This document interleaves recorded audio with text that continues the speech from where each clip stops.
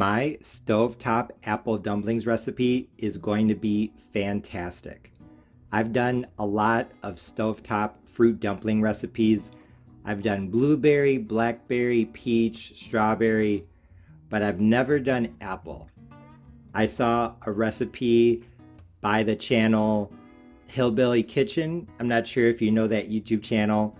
I don't know the name of the person who owns it, but she has a lot of old-fashioned Southern recipes. So if you like that type of cooking, I recommend that you check out that channel. She recently did an apple dumpling recipe on the stovetop. It got me thinking, and I'm gonna try some things.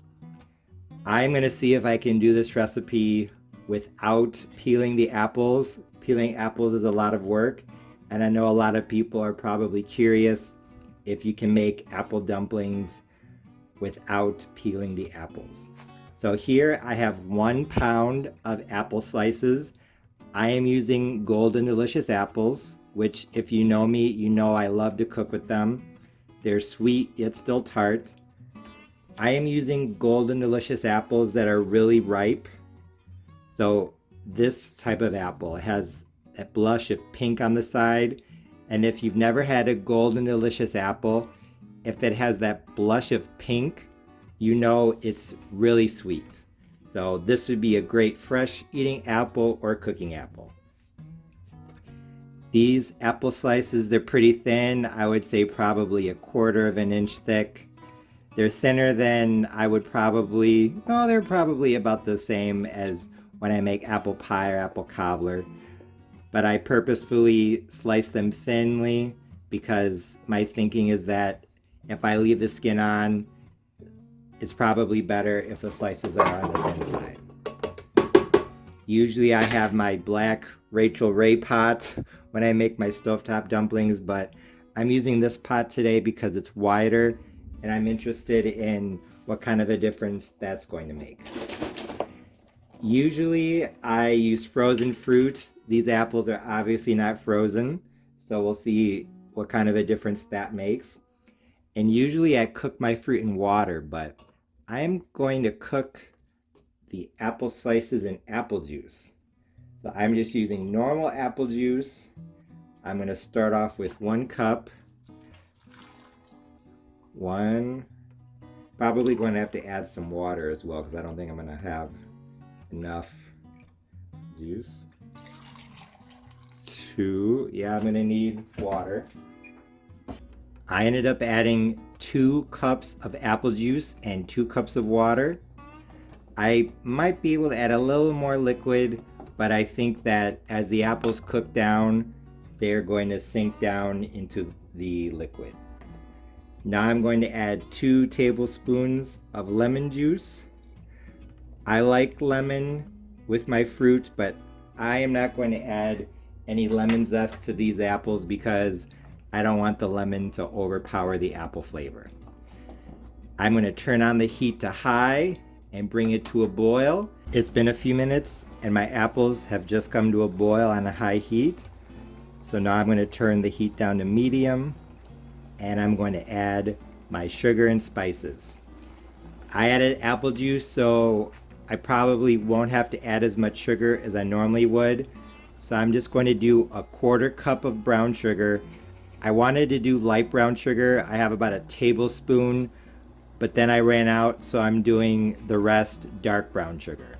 So if you have light brown sugar, do 1/4 cup or dark, whatever you want. I'm adding 60 grams, along with 1/8 of a teaspoon of salt.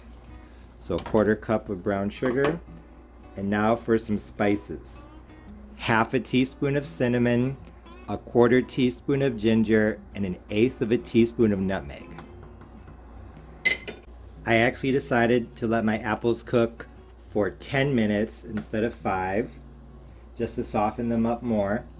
I tasted it, it's good, but I think it could be a bit sweeter, so I'm going to add 2 tablespoons or 30 grams of dark brown sugar.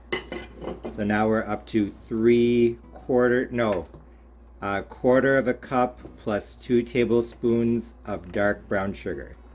When I make stovetop fruit dumplings, I usually use bits of pie crust, but I thought back to my blueberry dumplings and also the video that Hillbilly Kitchen did, so I'm going to do a drop dough dumpling this time, just to mix it up a bit. Here, if you have self-rising flour, then go ahead and use half of a cup or 75 grams as I measure it of self-rising flour. But if you're like me and you have all-purpose, do half a cup of flour, 3/4 of a teaspoon of baking powder, and 1/4 teaspoon of salt. To that, I'm going to add 1/4 cup, or as I measure, 50 grams of white sugar, 2 tablespoons of melted butter,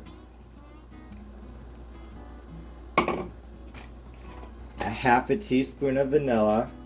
I feel like the vanilla definitely helps to make this taste like a dessert. It really helps, so I definitely recommend adding a little bit of vanilla. And normally I would add 1/4 cup of milk, but I have this leftover fat-free sour cream, and I'm going to see if I can use it. I think it's going to help. The acidity in the sour cream is going to help to make the dumplings light and airy. So let's just do that. I'm not really measuring. Maybe I should. We'll say, actually, yeah, I'll use the tablespoon, which has, okay, just so you know how much I'm using. I'm going to start off with, we'll say 1 tablespoon of sour cream. If you have buttermilk, you could use that as well. 2 tablespoons. I'm guessing I'm going to have to thin this out with some water. And yes, I am.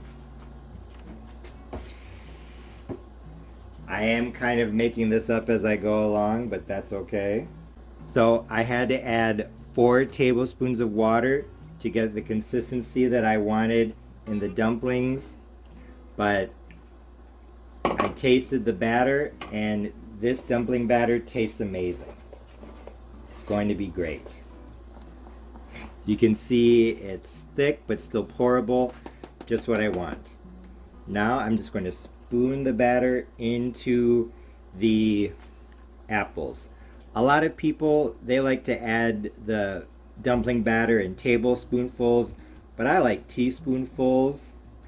I think it makes for a more bite-sized dumpling that doesn't take as long to cook.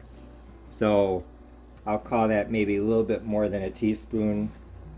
Just take it in your hand, or excuse me, just put it on the edge of the spoon like that, and then push it off into the fruit like that. These are going to take about 10 minutes to cook. Once I add them in, I will bring you back. It took a few minutes, but I just finished adding all of the dumpling batter to the apples. You can see it made quite a bit of dumplings. Now I'm going to set the timer for 10 minutes. I am not going to stir these too much because I don't want them to fall apart. I might run my spoon around the edge just to make sure they don't stick, but I do want pieces of dough. I don't want them to completely and totally fall apart. My stovetop apple dumplings are now done. After adding all the dumplings, I actually let them cook for 13 minutes. I just ran my spoon along the sides of the pot just to make sure they didn't stick. And any places where there was some dumpling exposed, or it looked like it wasn't cooked all the way, or it wasn't cooking very quickly, I just spooned some of the juice over it. As you can see, some of the flour fell off of the dumplings, thickening the syrup. This looks absolutely phenomenal. My stovetop apple dumplings recipe looked and smelled delicious, so I couldn't wait to give it a try.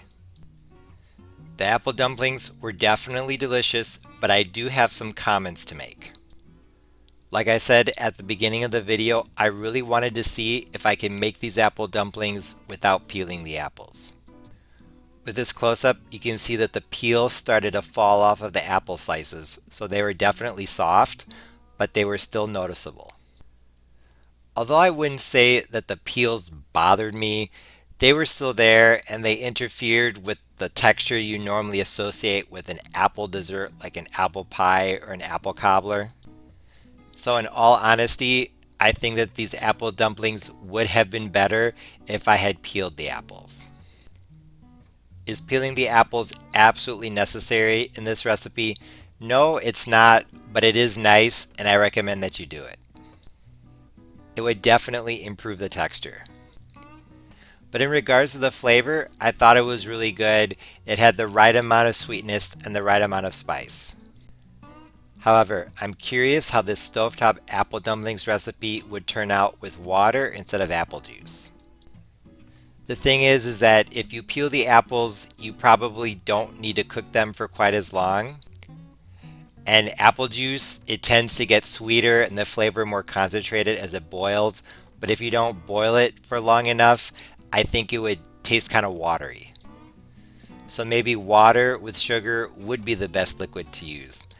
I'm going to have to do a bit of experimentation. My criticisms aside, I think that this stovetop apple dumplings recipe was still a success. It just needs a few tweaks. It would definitely be good on a cold winter day. It will warm you through and through. As always, thanks for watching. See you next time.